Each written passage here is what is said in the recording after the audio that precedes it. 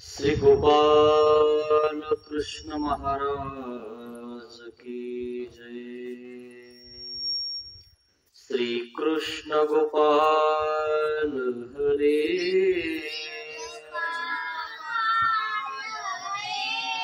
दीन दयाल हरे रथ कीरना भूमि में और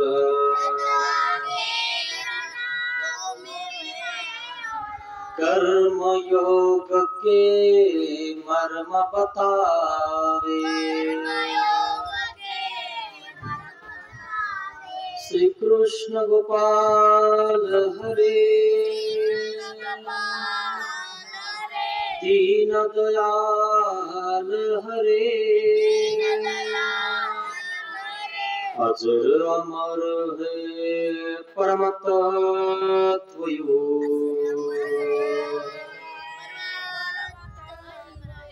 काया की सुख दुख समझावे। श्री कृष्ण गोपाल हरे दीन दयाल हरे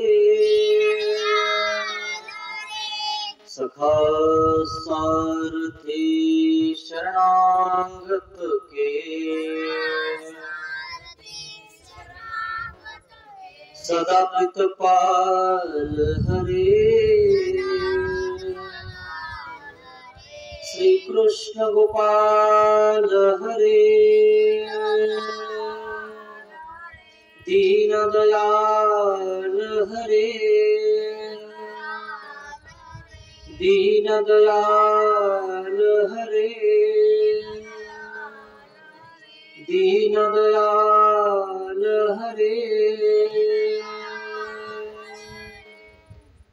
दीन दयाल हरे।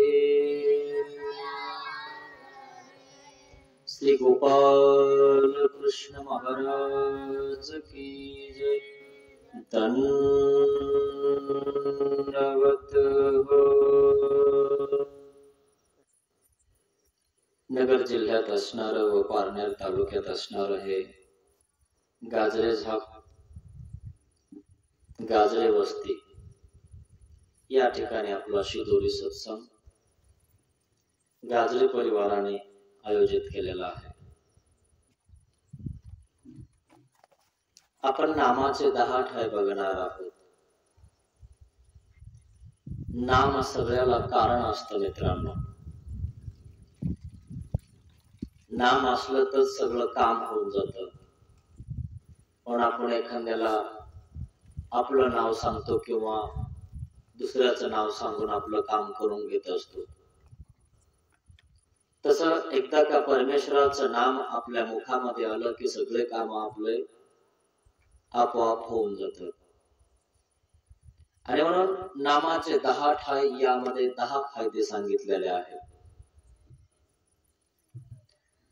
नामे वेद, नामाने वेद म्हणजे आवडी निर्माण होते।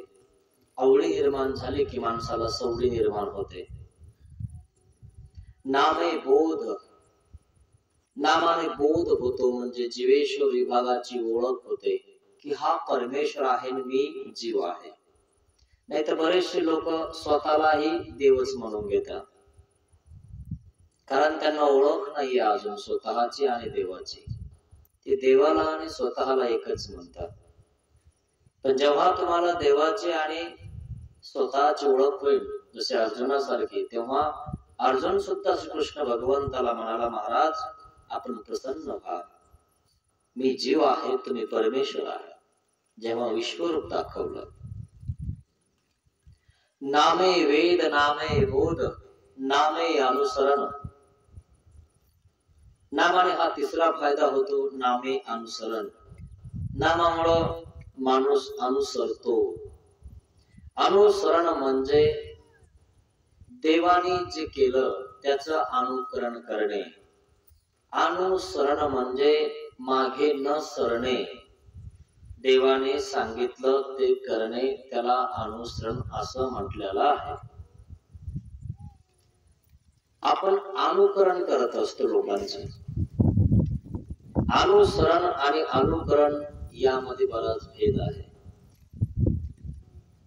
मेंढ्या उड्या मारतात, एकीने मारली की दुसरी मारते.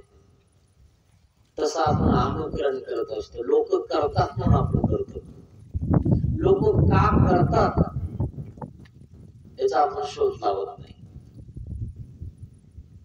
आणि म्हणून परमेश्वराला शोधलं पाहिजे. लोकांना शोधण्यापेक्षा किंवा लोकांचं ऐकण्यापेक्षा परमेश्वराची शोधणी केली पाहिजे. आणि म्हणून जो भिक्षुक असतो तो भिक्षुक करतो ना, म्हणजे भिक्षा करतो ना, तर तो खाण्यासाठी भिक्षा करत नसतो मित्रांनो. तो परमेश्वराला शोधत असतो. तो अनुसरलेला पुरुष असतो.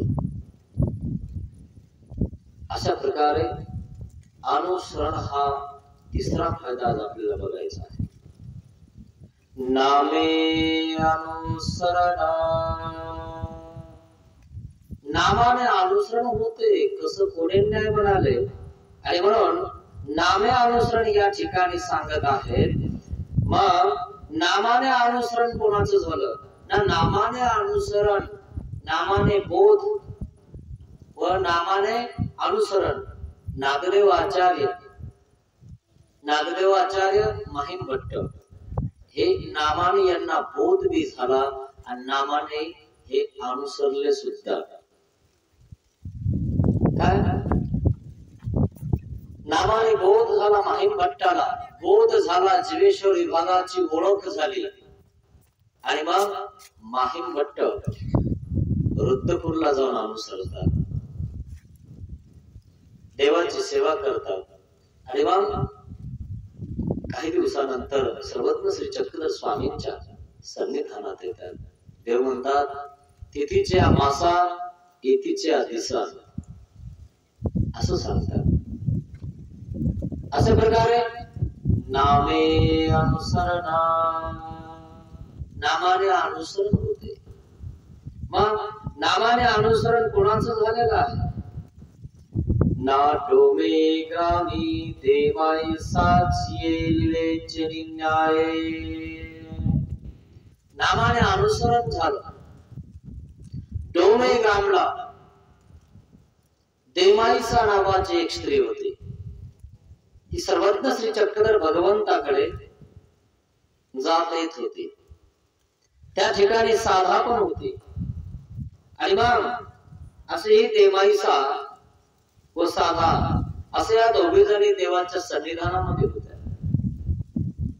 आणि मग देव साधेला म्हणतात, साधे हो, तुम्ही गंगे जा, स्नान करा. आणि मग साधा आपलं सगळं साहित्य घेते, गंगेकडे जाते. पण साधाला असं वाटते की देव कदाचित देमाईसाला काहीतरी अपूर्व निरूपण करणार आहे. मग साधाने आपलं सर्व साहित्य घेतलं आणि निघत आहे. निघताने दरुजाच्या आडंदी साधा उभा राहिले. आणि देमाईसाला देव म्हणतात, तुम्ही जा. देमाईसा यावर म्हणती, महाराज, आम्ही सर्व सोडून इथं येतो आणि आपल्या सन्निधानात राहतो. मग आम्ही कुठं जाणार आहोत? देव म्हणतात, तुम्ही येता आणि जाता की नाही. आणि तुम्ही काय सर्व सांगण काय तुम्ही त्याग केला? काय होतं तुमच्याकडे? आम्ही सर्वस्व सांगून आलो तुम्ही असं म्हणता. तुमच्याकडे आहे काय? नवरा एक होता तो मरून गेला. काय जी विधवा स्त्री असते तिला कोणतं सुख असते?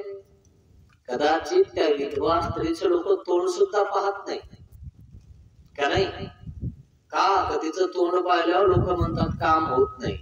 आणि म्हणून बरेचसे लोक आपली एखादी जर मुलगी विधवा झालेली असेल तर तिला घराबाहेर सकाळी सकाळी निघू देत नाही. लोक शिव्या देतात.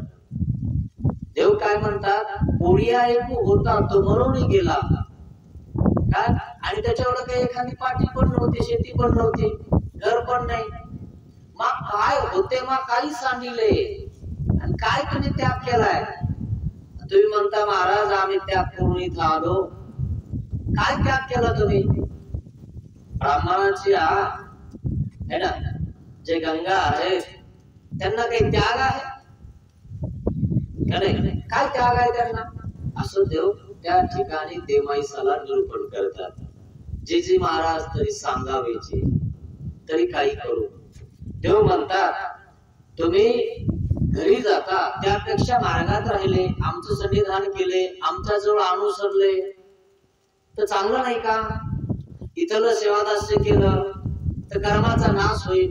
पण तुम्ही तुमच्या भावाच्या घरी सगळा स्वयंपाक करता, सगळ्यांना वाढता, उरलं तर खाता, आणि ते खरकट राहिलेलं त्याला खरवण असं म्हणतात. शेवटचं राहिलेलं है ना, ते असं काढून खाता लोक, तव्याचं म्हणा आपल्या भगोण्याचं म्हणा. मग तसंही त्या ठिकाणी भावाच्या घरी काय खरवण काढून खात असते. देव म्हणतात ते खाल्ल्यापेक्षा किंवा तिथं गेल्यापेक्षा किंवा तिथं काम केल्यापेक्षा इथं जर देवाचं सेवादास्य केलं तर कर्माचा नाश होईल. इथं जर तुम्ही अनुसरल्या तर तुम्हाला परमेश्वर प्राप्त होईल, तरी तुम्ही तिथं जाता. काय आहे तिथं आणि काय त्याग आहे तुम्हाला? जी महाराज नेनेची असं देव निरूपण करतात ते मैसाला. आणि मग महाराज काही निरूपी जोजी आणि मग देव काय म्हणतात, यावर देव कुष्टियाचा दृष्टांत निरूपण करतात ते मैसाला. मग यावर कुष्टियाचा दृष्टांत निरूपण केला. कुष्टियाची लीळेची न्याय कोणी को व्यवहारिक से. कोणी एक व्यवहारिक आहे, सेठ सावकार आहे, आणि हा सेठ सावकार बऱ्याच लोकांना पैसे वाटत असतो. खूप पैसा आहे त्याच्याकडे, टक्केवारीनं पैसे वाटतो. आणि मग ते टक्केवारीनं पैसे वाटल्यानंतर मुद्दल पैसे तर तो घेतोच, परंतु जे टक्के झालेले आहेत तेही पैसे तो घेतो. आणि जर समजा त्याला लवकर देणे नाही झाले तर तो जे टक्के लागले, व्याज जे झालंय त्या व्याजालाही तो पुन्हा व्याज लावतो. असा सेठ सावकार व्यवहारिक कोणी एक होता.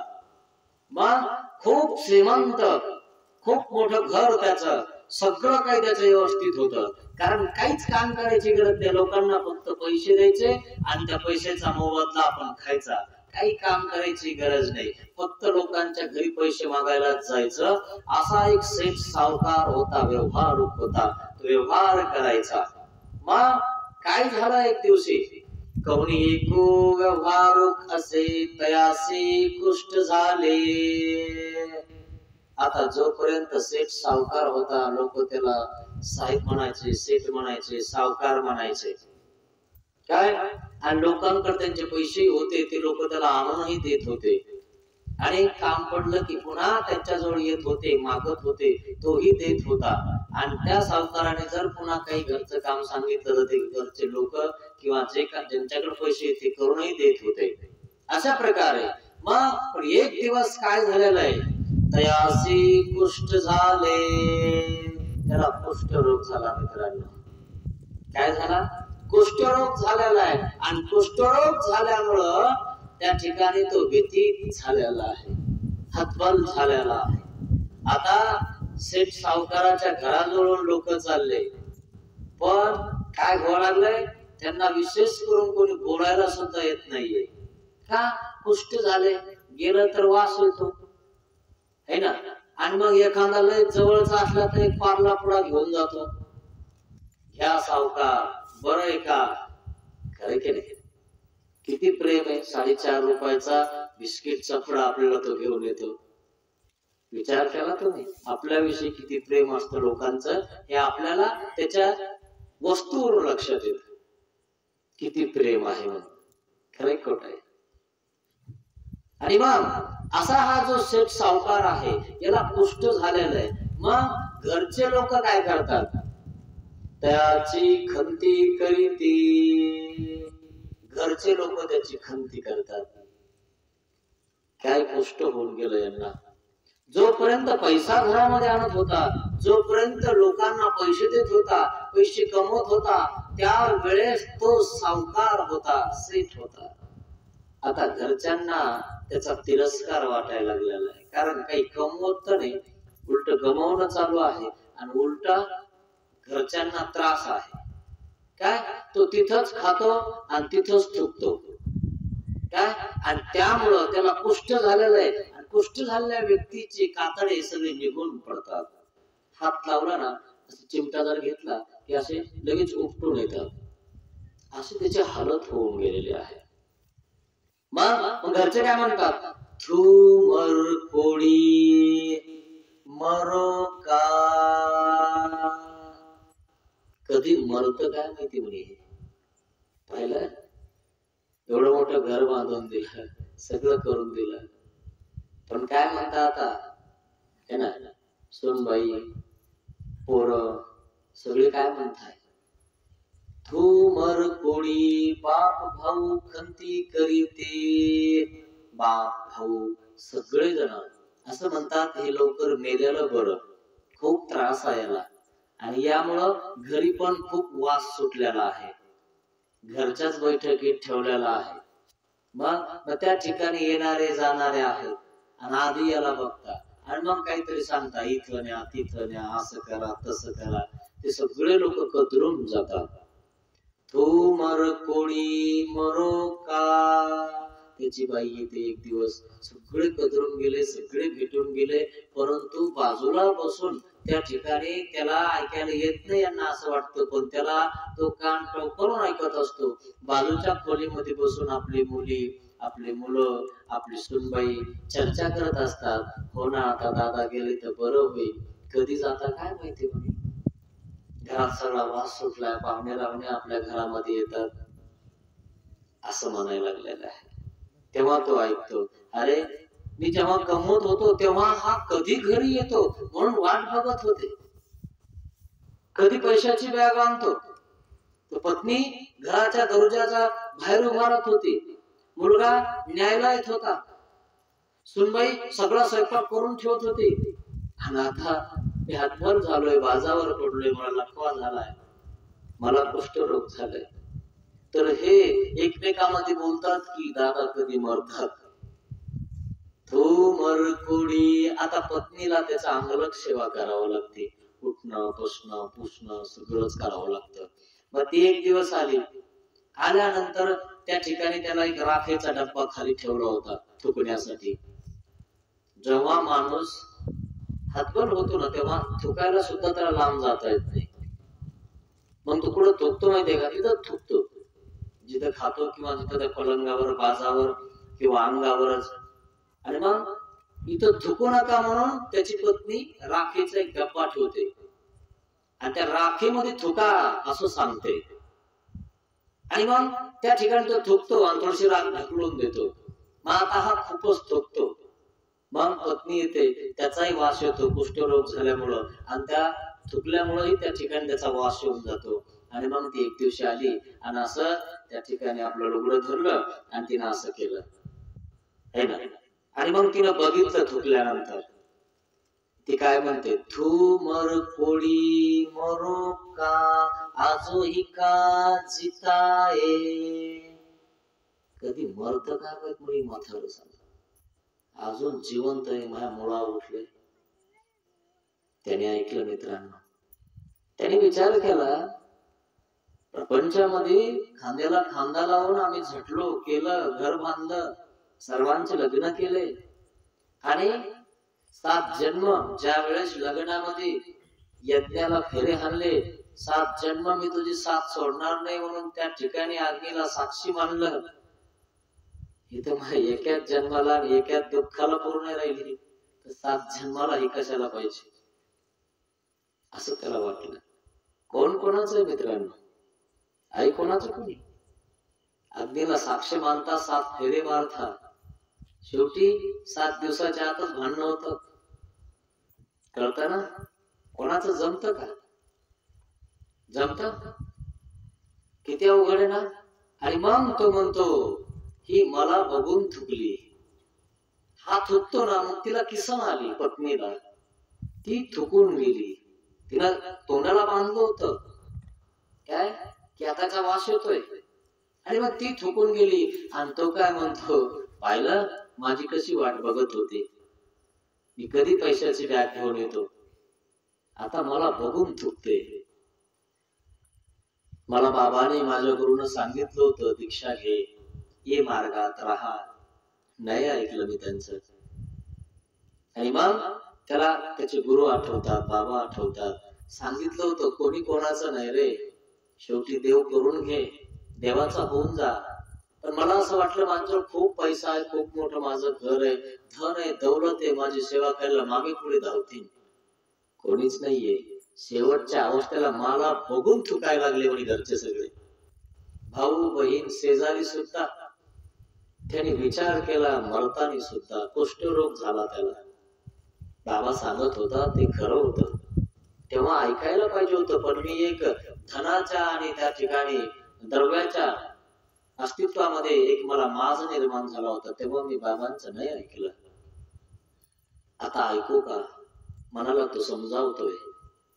कारण त्याला घरच्यांना, त्याच्या सगळ्या घरच्यांना असं वाटतंय मरायला पाहिजे. मग मरता मरता का होईना आपण हे जर देवाला दिलं तर किती चांगलं होऊन जाईल, असं त्याने विचार केला. कारण आपल्याला आपल्याकडून सांगितलेलंच असतं, शेवटी का होईना तू येत शरण ये. शेवटी सुद्धा काही लोक शरण जात नाही मित्रांनो. पण हा कुष्टियाचा दृष्टांत देमाईसाला देव सांगत आहे. काय करता तुम्ही घरी राहून तुमच्या भावाचे इथं, ती खरकट खाता उरल्या सुरल्याला, काय त्याग केला तुम्ही? आणि तुम्ही म्हणता आम्ही त्याग केला. त्याग करायची तुम्हाला गरजच पडली नाही ना. नवरा होता तो मरून गेला, राहिलं काय? एरवी विधवा स्त्रियांनी पांढरी साडी घालून आणि ओपन करून घरी राहिलं पाहिजे, कोणताही शृंगार नाही, कृष चांदायन करून राहावं लागतं. मग त्यापेक्षा आश्रमात राहून मार्गात राहून देवाचं सेवा दास्य केलं तर कर्माचा नाश आहे, ते दास्य मोचक सांगितलेलं आहे. म्हणून देव तिला कुष्टियाचा दृष्टांत सांगताय, अशी जे बाई ऐसिया कुष्टियाच्या धर्मी. या कुष्टियासारखं तरी वागा. शेवटी त्या कुष्टियाने विचार केला, मला माझी पत्नी म्हणते हे मरायला पाहिजे आणि माझ्याकडे बघून ती थुकली, मी जाणार, मी शरण जाणार. मग त्यांनी विचार केला, काय विचार केला? गावा मागे दुबळेश्वर देव, तेथ गेला देवा तू माझा मी तुझा, ऐसे म्हणून राहिला. शेवटची अवस्था आहे मित्रांनो. घरचे सगळे म्हणतात मरायला पाहिजे, त्याला बघून थुकताय लोक, घरचे दारचे सगळे. त्यावेळेस त्याने विचार केला, गुरुनं सांगितलं होतं देवाला शरण जा, देवाने सांगितलं, लीळाचरित्रात सांगितलं, सूत्रपाठात सांगितलं, मला शरण ये, मला एक जन्म दे. नाही ऐकलं मी जीवाचं पाणी केलं, रक्त ओकलो, इकडं तिकडं फिरलो, लोकांच्या चुलीमध्ये पाणी टाकलं आणि त्यांच्याकडनं व्याजाचे पैसे त्या ठिकाणी घेतले, व्याजाला व्याज लावलं, घर बांधलं आणि त्या घरात राहायला सुद्धा मला जागा नाही. त्यांना असं वाटतंय मरायला पाहिजे. त्यांनी विचार केला, नाही राहणार मी आता इथं, यांना वाटतं ना मरायला पाहिजे, ठीक आहे मी मेलो तुमच्यासाठी. निघाला भाऊ, काय निघाला? गावाच्या मागे एक दुबळेश्वर देव आहे, छोटस मंदिर आहे. आणि देवताई काय दुबळी आहे, काही मोठी नाहीये. त्या मंदिरात घसरत घसरत गेला, देवा तू माझा मी तुझा,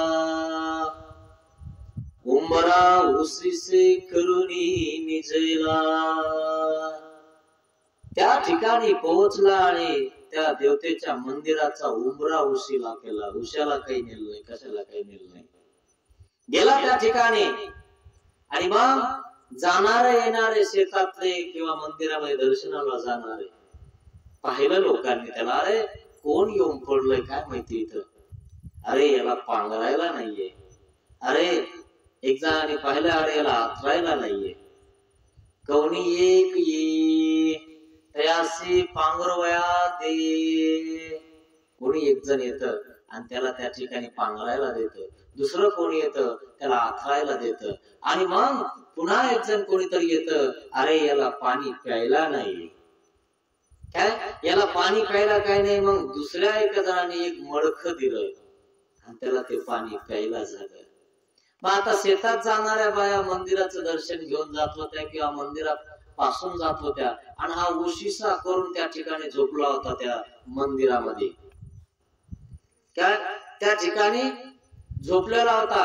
आणि मग त्या बाया तिथून यायच्या जायच्या आणि हा तिथं दिसायचा. त्या बायांनी विचार केला, अरे कोणीतरी मंदिरात आहे आणि त्याची खाण्यापिण्याची व्यवस्था नाही. टोपलं खाली उतरून, तुरडी खाली उतरून भाकरी सोडायच्या आणि भाकरी काढायच्या, त्यावर ठेसा सगळं ठेवायच्या, खाराची फोड भाजी. आणि मग त्याला त्या ठिकाणी कोणीतरी एक खापर ठेवलं होतं फुटकं त्याला जेवण्यासाठी, आणि त्या खापरात टाकायच्या. काय अशा प्रकारे त्या ठिकाणी त्या दुबळेश्वर देवतेनं त्याचा अभिमान घेतला. काय असा प्रकार त्याच्यावर झालेला आहे. का देवा तू माझा मी तुझा. हे घरचे धावतच आले, म्हणजे दादा तुम्ही कुठं गेले. म्हणे इथं राहायचं नाही, लोक आम्हाला काय म्हणतील, घरी व्हायचं. घरी कशाला जायचं म्हणे, घरी तुम्ही गेलं की म्हणताय कधी मरत. त्याच्यापेक्षा मी देवाच्या दारात नेलं बरं ना, तुमच्या दारात नेल्यापेक्षा. या शेठ सावकाराने घरच्यांना असं सांगितलं आणि घरचे त्या ठिकाणी रडायला लागले, पडायला लागले. त्यांनाही वाटलं बरं झालं इकडे गेलं, पण लोकांना दाखवण्यासाठी ते तुमच्यापर्यंत पोहोचले. नाही नाही तुम्ही घ्यायची नाही दीक्षा, नाही जायचं मार्गात, आपल्याला काय कमी आहे, असं तसं वगैरे वगैरे. खरं की नाही, वास्तविक त्यांना वाटतंय गेलं बरं, पण याला तेव्हा कळलं नाही ना, तेव्हा याला वाटलं नाही ना की मला असं म्हणता म्हणून. जेव्हा त्याच्या तोंडावर त्याच्याकडे बघून त्या ठिकाणी ते थुकले, तेव्हा त्याला खरं वाटलं की खरंय आपल्या गुरुनं आपल्या बाबाने आपल्याला सांगितलं होतं कोणी कोणाचं नाहीये. त्याला ते अनुभवायला आलं आणि मग तो त्या ठिकाणी अनुभवायला आल्यानंतर त्या ठिकाणी त्या देवतेकडे गेलेला आहे. असं देमाईसाला देव सांगत आहे, देमता देमते बाई काय असं राहा, देवा तू माझा मी तुझा ऐसे म्हणून राहे. असं म्हणून तो त्या ठिकाणी शेठ सावकार राहिलेला आहे. आणि मग त्या देवतेनं त्याच्यावर अभिमान घेतला आणि सगळं पुरवलं. काय त्याला कुष्ठरोग झालेल्यामुळे त्याला पाणी सुद्धा पिता येत नाही. काय कुष्ठयाचे असे म्हणजे हातपाय वगैरे काहीच काम करत नाही. मग त्याचे हात असे धरता येत नाही त्याला. ते गाडगं वगैरे छोटस गाडगं दिलं होतं कोणतरी पाणी प्यायला. देवाने स्वतः भक्तजनांना सांगितलं तो कसं पाणी पित होता. सर्वज्ञ श्री चक्रधर भगवंताने असा स्वीकार करून दाखवला की त्यांनी अशा स्वीकाराने ते गाडगं धरलं आणि असं पाणी पिलं. असं देवाने करून दाखवलं. काय तो ऐसे पाणी पिये म्हणून देवाने श्रीकराने दाखविले. कोणाला? देमाईसाला सांगितलं. अशी जे ऐसे कुष्टियाच्या धर्मी, असं कुष्टियाच्या धर्मी असून आपण देवाजवळ राहिलं पाहिजे. आणि म्हणून हे देमतीला सांगत आहेत. यावर देव म्हणतात, बाई तो कोणा एका दुबळेश्वर देवतेला शरण गेला होता. एका देवतेला शरण गेला, गावाच्या मागच ते देऊळ होतं. तुम्ही जर आम्हाला शरण आले, परमेश्वरला शरण आले आणि गाव सोडून जर राहिले, काय कैसने गोमटे, किती वाईट होईल तुम्हाला. काय देव माझा आहे मी देवाचा असं म्हणून राहिले का नाही, निराश्रय राहिले, कोणती आशा नाहीये. काय असं म्हणून जर तुम्ही अनुसरण घेतले तर ते अनुसरण आहे. काय आणि मग ती देमाईसा म्हणते, महाराज मी अनुसरणार आहे. ऐसे नामे अनुसरण. काय अशा प्रकारे नामाने अनुसरण होते मित्रांनो. अजून नामाने अनुसरण कोणाचं झाले? काय नामे अनुसरण. जैसे नागदेवाचार्य.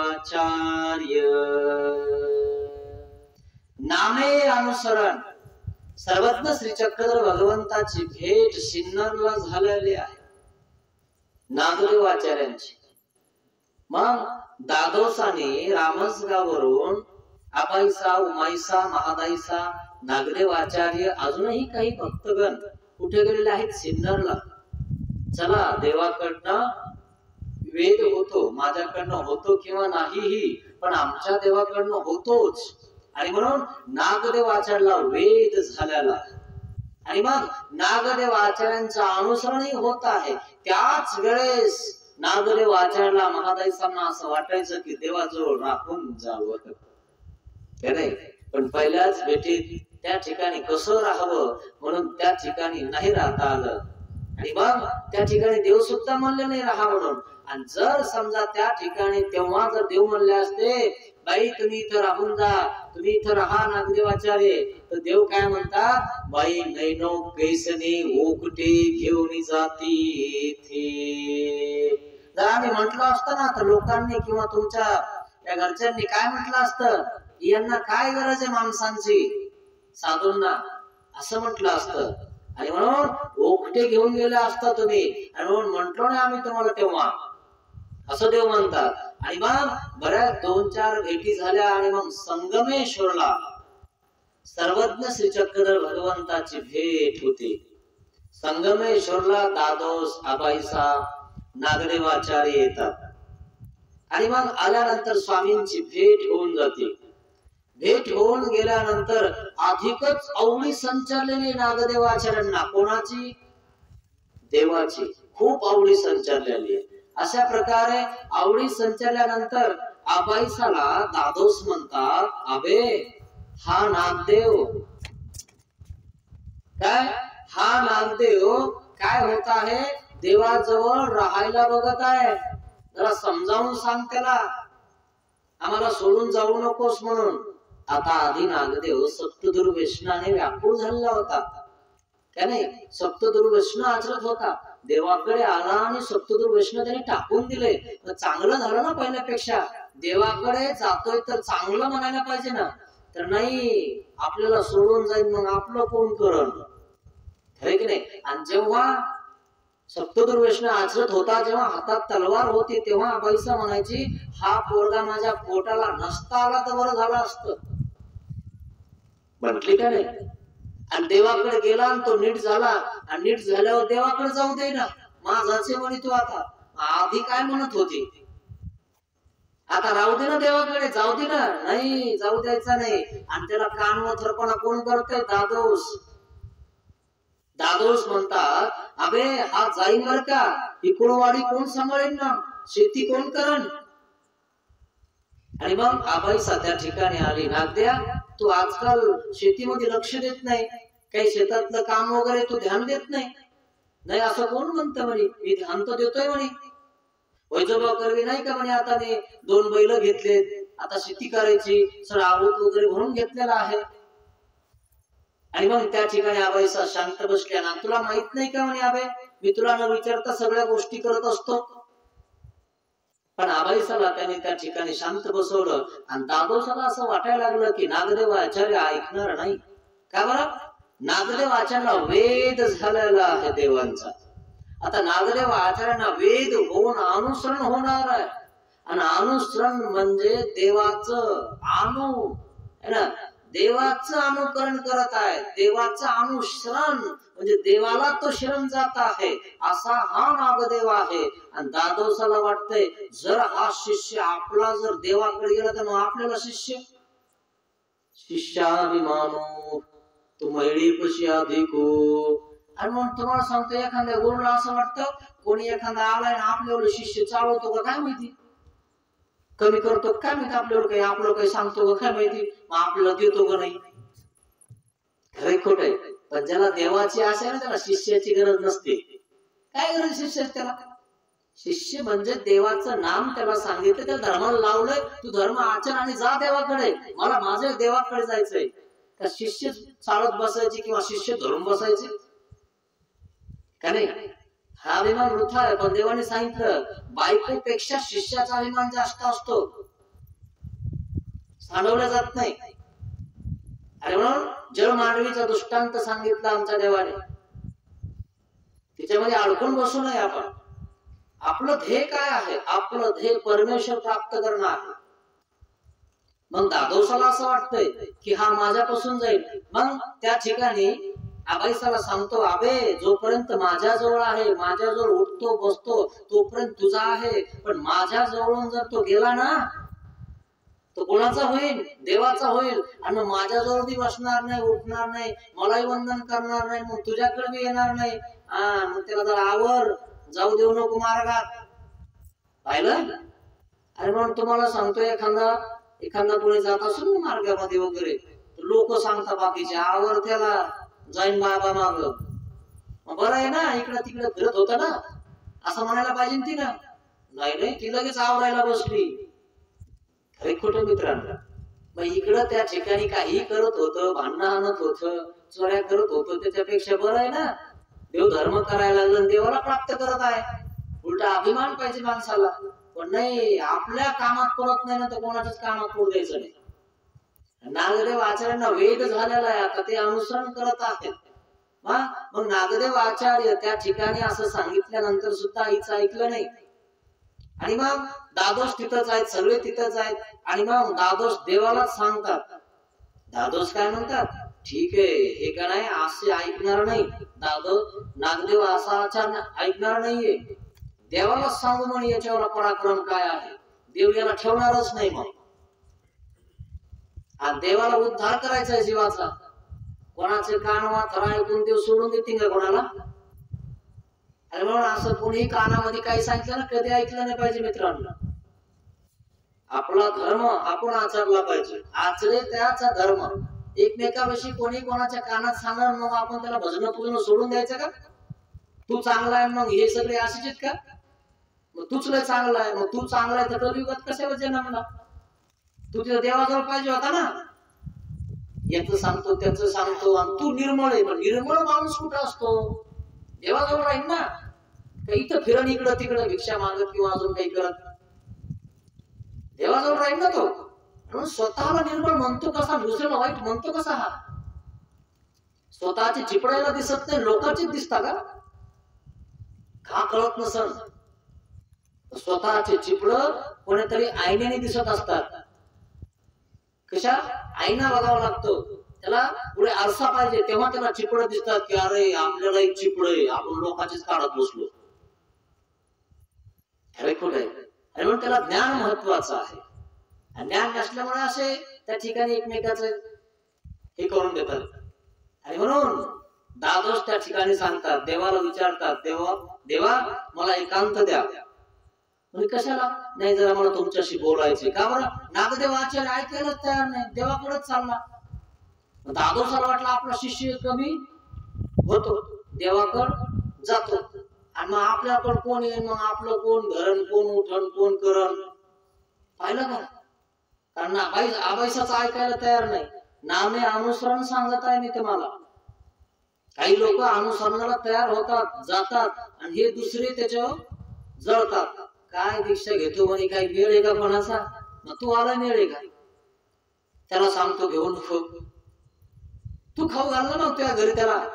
मग असं पुष्ट झालं सांभाळ, पाहतो ना सांभाळतो की नाही तर, हे की नाही? हे कळत नाही जीवाला. अज्ञानपणामुळे लोकांचे दोष बघून त्या ठिकाणी एखादा जर व्यक्ती चांगलं करत असा त्याला चांगलं सुद्धा करू देत नाही लोक. असं नागदेव आचार्य तिथं राहायला बघत आहे, दीक्षा घ्यायला बघत आहे, अनुसरायला बघत आहे, तर दादोस त्याला परतारक करत आहेत, घेऊ नको, जाऊ नको. मग देवापर्यंत पोहोचले दादोस. काय म्हणतात देवाला? एकांत द्या. देव म्हणतात इथं कोणता लोकांत आहे? कोण लोक आहेत आम्हाला? लोकांत एकांत आम्हाला नाहीच आहे. आम्हाला कशाला पाहिजे एकांत लोकांत? नाही म्हणे महाराज तरी मला एकांत द्या. पण नाही काय आहे ते सांगून द्या आम्हाला, इथं सांगून टाका समोर काय आहे तुमच्या. नाही म्हणे महाराज मला एकांतच पाहिजे, एकांतच पाहिजे म्हणे. कारण लोकांना देखता कसं बोला खरंच नाही. मग लोक काय म्हणतील पाय. कारण दादोस एक प्रकारचे साधूच आहेत ना. आणि तो साधू असून सुद्धा त्या ठिकाणी नागदेवाचार्य असं आहे तसं आहे, याला इथे राहू देऊ नका म्हणतोय. अरे धर्माला लावायला पाहिजे का काढायला पाहिजे? एखादा व्यक्ती एखाद्या आश्रमात गेला किंवा एखाद्या चांगल्या आश्रमात गेला तर त्या आश्रमाचं काहीतरी आपण नावबोट ठेवायचं आणि आपल्या आश्रमात काढायचं किंवा दुसऱ्या आश्रमात ठेवायचं असं करायला पाहिजे का? गेलाय ना कोणातरी आश्रमात, तो गेला ना कोणातरी मार्गात, तो मार्ग एकच आहे ना, परमार्ग आहे ना तो, तिथं तेच शिकवणार आहेत ना, तेच त्या ठिकाणी जाणार आहेत ना. पण नाही, काही ना काहीतरी काड्या करणार. तसं दादोस त्या ठिकाणी काड्या करत आहेत. महाराज मला काय करा, एकांत द्या. आणि मग देव त्या ठिकाणी परिसराला विजय करतात, कोणाला समजतात. आणि मग त्या ठिकाणी दादोस येतात. आणि मग दादोसाने घुंगडी वगैरे घेतलेली आणि बसायला वगैरे टाकलं स्वामींना. आणि दादोस काय म्हणतो माहितीये नागदेव आचार्याविषयी, आणि महाराज हा नागदेव चांगला नाही बरं का, याला ठेवू नका म्हणे तुमच्याजवळ. असं म्हणे का ठेवू नका, म्हणे हा सप्त दुर्व्यसनाने भरलेला होता आणि तो माहित नाही तुम्हाला कसा आहे, काय काय केलंय त्यांनी मला माहितीये, कारण तो तसा होता ना आधी नागदेवाचार्य. पण देवाचा वेध झाल्यामुळे काय झालं, सगळं सोडलं ना. पण दादोसाला असं वाटतं की माझ्यामुळेच सोडलं. एखाद्याने एखाद्या व्यक्तीला जर समजा धर्माला लावलं ना, तो काय म्हणतो मी तुला निमित्त आहे, मी बनवते कर. अरे भाऊ, तुला निमित्त त्यांनी मानलं पाहिजे, तू नको म्हणू मी तुला निमित्त आहे. खरं की नाही, त्यांनी म्हणायला पाहिजे की नाही हे माझ्यावर निमित्त आहेत, माझे उपकार गुरु आहेत, त्यांनी आपल्याला मान दिला पाहिजे. आणि ते नाही दिला तर नाही दिला, कृतज्ञ झाला तो. आपण कशाला, आपण आपला धर्म आचरावा. आणि त्याला जर समजा ज्ञान असेल तर तो त्या ठिकाणी आपल्याकडे येणार आहे, त्याची कृतज्ञता आपल्याला व्यक्त करणार आहे. तुमच्यामुळे मला देव दिसला. जसे माईन भट्टाने त्या मांगाविषयी कृतज्ञता व्यक्त केली, दंडवत घातले दोन की नाही. आणि आपला गुरु वगैरे कोणी असेल, आपले कान फुटलेले असेल तर आपण एखाद्या त्याची निंदा करायला बसलो. अरे त्याच्यावर गुण घ्या, तो कसा हे नका बघू, त्याने आपल्याला देव सांगितलाय, नाम सांगितलंय, आपण त्याची निंदा करू नये मित्रा. मग ते असे, मग असं ना आपल्याला काय करायचं, काय नाही. जो जसे कर्म करण तसं भरण ना. लिखाण करणार आहे ना देव. आपण लिखाण करू शकतो कोणाचं किंवा काही सांगू शकतो का? अहो आपल्या घरचे लोक आपलं ऐकत नाही, ही लोक ऐकणार आहे का दुसरे? नागदेव आचार्यांचं सगळं गहाण सर्वज्ञ श्री चक्रधर भगवंताला दादोस सांगत आहे. काय म्हणतात, महाराज हा माहिती नाही तुम्हाला कसा आहे, तुमच्यावर काही ऐकन आणि तिकडे जाऊन सांगन.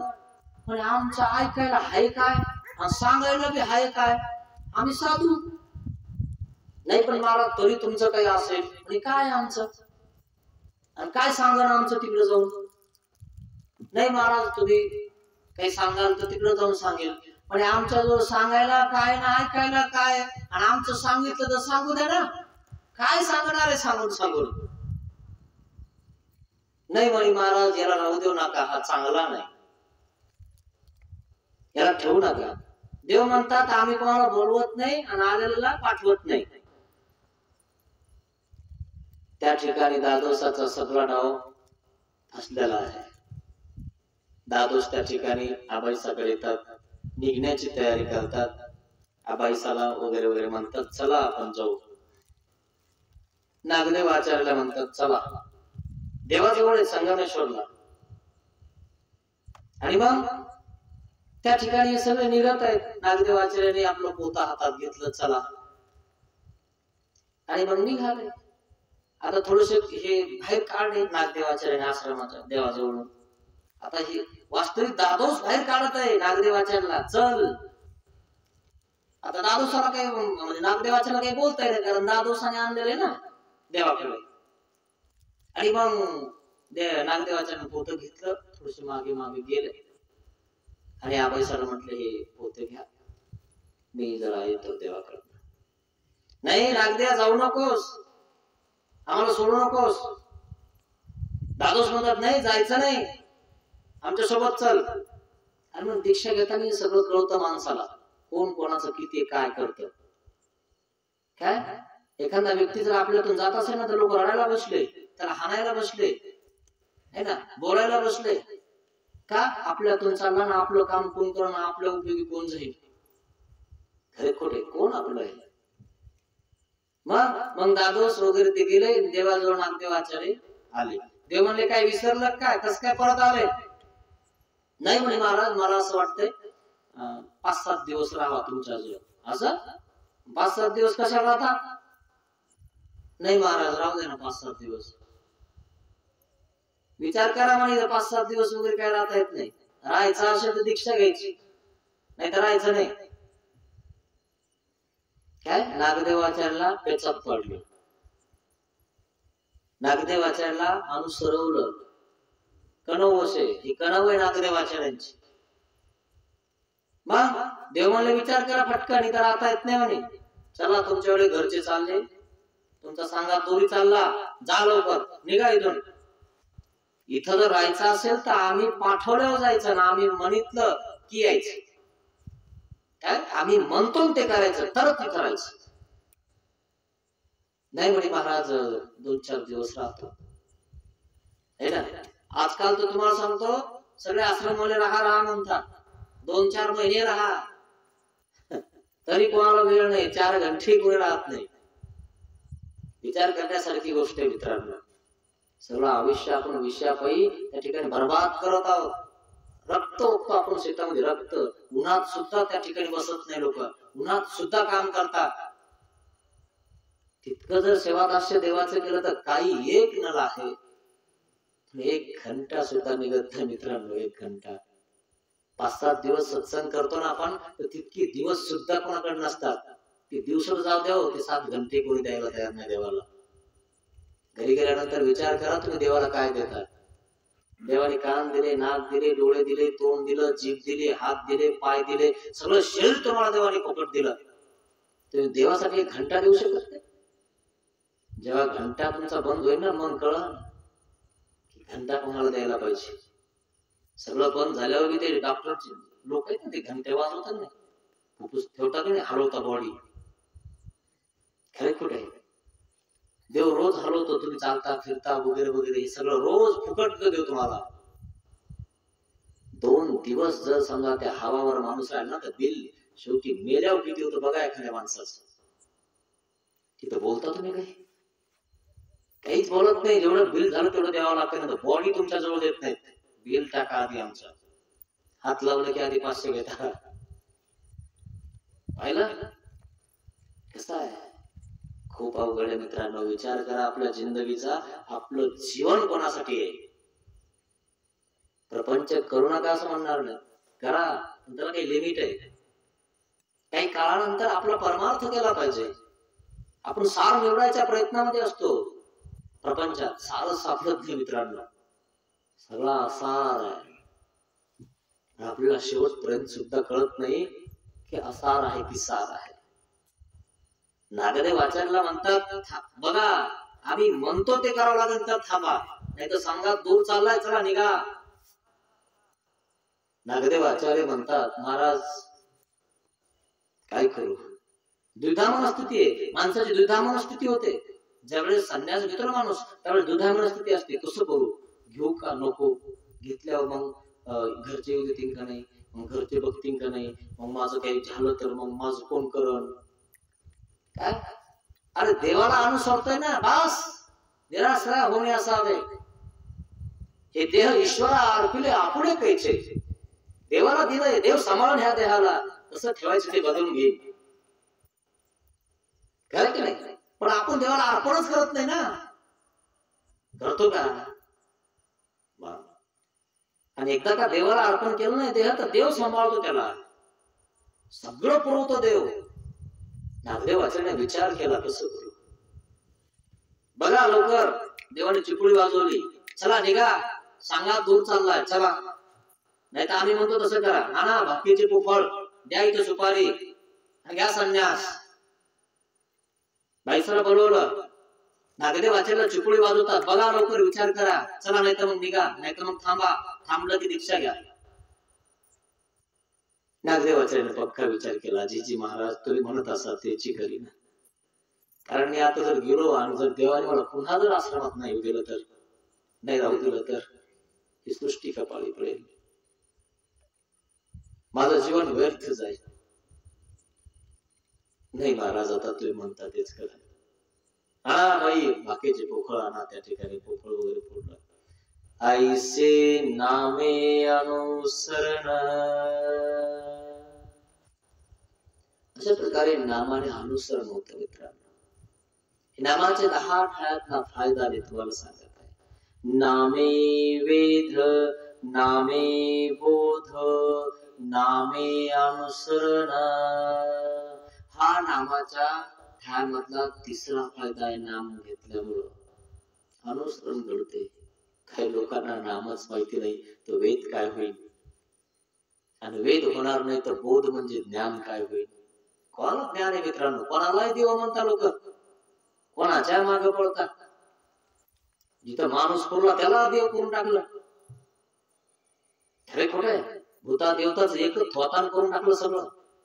कळानं नेमकं काय करावं लोकांना, हे माहीतच नाही तर काय. ज्ञान काढायचं जायचं नाही.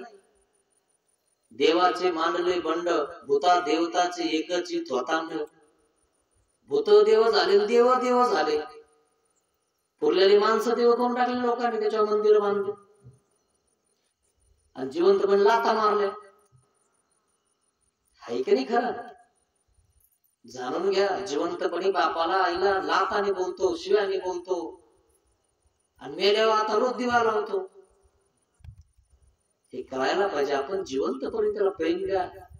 मेल्यावर कोण पाहिलंय, कोण कुठं आहे, हे कळायला पाहिजे आपल्याला. काय करता नाही कळत. आणि त्यावेळेस आपण देवालाही शरण जात नाही.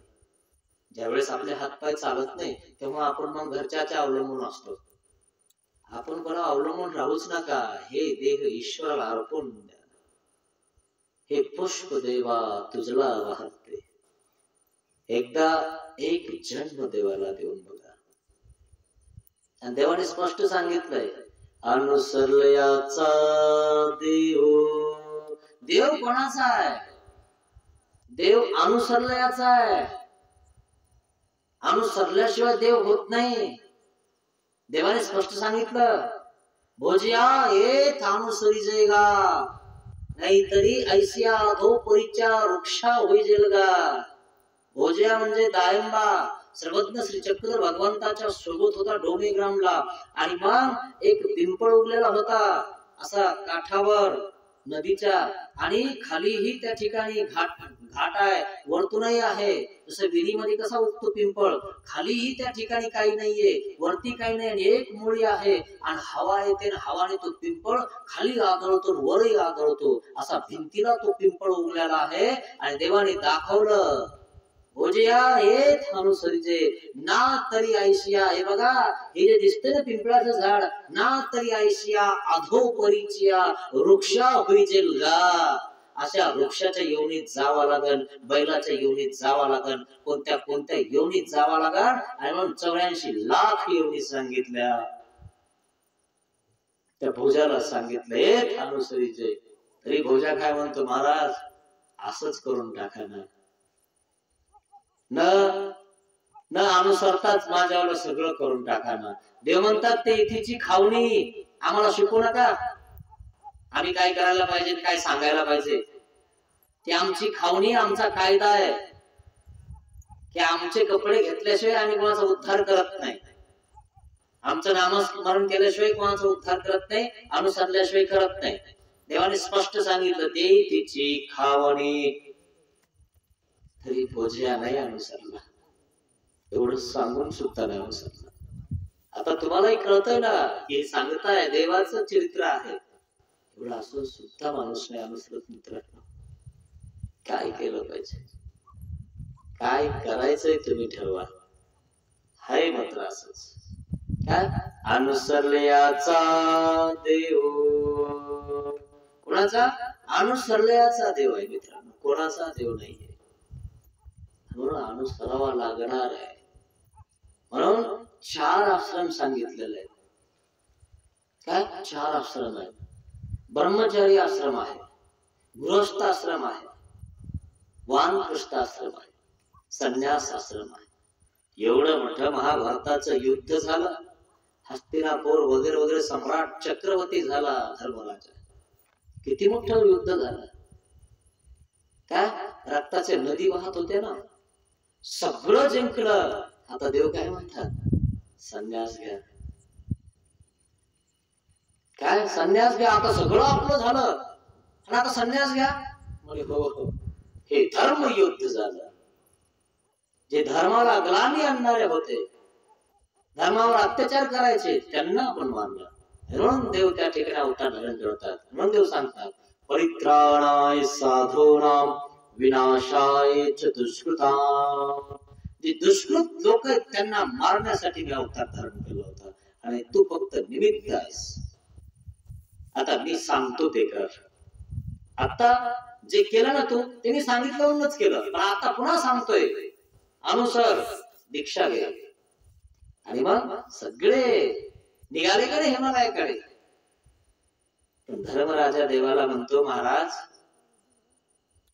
हे राज्य एवढं मोठं आहे, हे मला संपादावं लागलं, म्हणून धन दौलत हे अडकवतं आपल्याला. नसल्याला बरं काय अडकवतं ते, आपल्याला सुटत नाही ते, म्हणून आपण इथंच फिरतो. ज्याला काहीच नाही त्याला काही टेन्शनच नाही ना, लगेच निघतो. ते सुद्धा निघत नाही, खापर सुद्धा त्या धरून बसतं. काय खापराला धरून बसतो तो, पण भरतो हरी माहिती तुम्हाला. इतका सगळा मोठा राजा होता, सगळ्या राण्या वगैरे सगळं टाकून दिल्या, आणि खापर त्याने असं भिक्षा मागायला घेतलं होतं. पण ते खापर उशाला घेऊन झोपला होता. कोणी एक जण म्हणलं काय सगळं सोडलं तुम्हाला खापर नाही सुटलं. त्यांनी ते खापरही फोडून टाकलं आणि मग हातामध्ये भिक्षा मागायला लागला. देव सुद्धा हातामध्ये करामध्ये भिक्षा मागायचे. अराहेरी पाणी पात्र, देवाने भिक्षा मागितली मित्रांनो. आपल्याला काय लाज आहे भिक्षा मागायची. आणि देवाला भिक्षा मागायला सांगितली तर देवाने त्याच्यात काय शोधायला सांगितलं. देव कदाचित भगवंत कोण्या घरी, कोण्या भाग्यवंताच्या घरी भिक्षाला आले असते, असा प्रकार आहे. अनुसरल्याचा देव, असा हा देव अनुसरल्याचा आहे. म्हणून नामे अनुसरण. धर्मराजा त्या ठिकाणी म्हटलं महाराज हे राज्य कोणाला तरी संपादण्यासाठी मला थांबावं लागेल. सगळे गेले हिमालयाकडे. धर्मराजा 7 दिवस कलियुगात थांबला. किती? 7 दिवस 7 अहोरात्र. परीक्षिताला राज्य संपादन तत्व केलं. पाणी सुद्धा नाही पिलं कलियुगातलं, पाणी सुद्धा नाही पिलं, अन्न सुद्धा नाही सेवन केलं, कोणाचं वाईट चिंतन सुद्धा नाही केलं, शिवी सुद्धा नाही दिली, काहीच केलं नाही. फक्त काय केलं, परीक्षित राजाला राज्याभिषेक केला की हे परीक्षिताचं राज्य आहे, सगळं याला देऊन टाकलं. 7 दिवस लागले ते सगळं करण्यासाठी. 7 दिवसात काहीच सेवन केलं नाही कलियुगातलं. धर्मराजाने श्रीकृष्ण भगवंताच्या मागे अनुसरायला सांगितले ना. निघाल्यानंतर धर्मराजा कलियुगात 7 दिवस राहिला. नरकाचे दर्शन केले. धर्मराजाला नरकाचं दर्शन कळवलं. बघ ही कशी नरक भोगत आहेत. तरी कलियुगामध्ये धर्मराजाने काहीच सेवन केलं नाही, हे नरकाचं दर्शन करवलं. मित्रांनो आपण इथं खातो पितो, शिव्या देतो, शाप देतो, एकमेकाचे द्वेष करतो, मत्सर करतो आणि परतारक करतो, सगळं काही काही करतो आपण. कोणाच्या मुंड्या मोडतो, दलाली करतो, कोणाचं काही चोरतो, कोण्या माईच्या पोटीला जातात. काय होईल आपलं याचा विचार करा थोडासा. आणि म्हणून नामस्मरण करा. काय नामे अनुसरण. जर यातनं वाचायचं असेल तर देवाचं स्मरण करा, चिंतन करा. देवाने सांगितलं महादाईसाला, बाई येथीच्या होईचंय तै चुकेती. जेव्हा तुम्ही आमचं होणार ना तेव्हा तुमचं सगळं चुकून जाणार. जर तुम्ही आमचे नाही राहिले तर तुमचं काही चुकणार नाही. आणि म्हणून उपदेशांना ही विनंती आहे, उपदेश घेतला ना तर एक निष्ठ भक्ती करा. इकडे काही दिवस तिकडे काही दिवस, 7 दिवसाचे 7 दिवस नका बदलू. तिने करून नरक सुद्धा नाही चुकायचे मित्रांनो. कमसे कम नरक तरी चुकून घ्या, जेणेकरून विपरीत वेदवंताशी चौकडी चुके, तुमच्याकडे नरक चुकतील.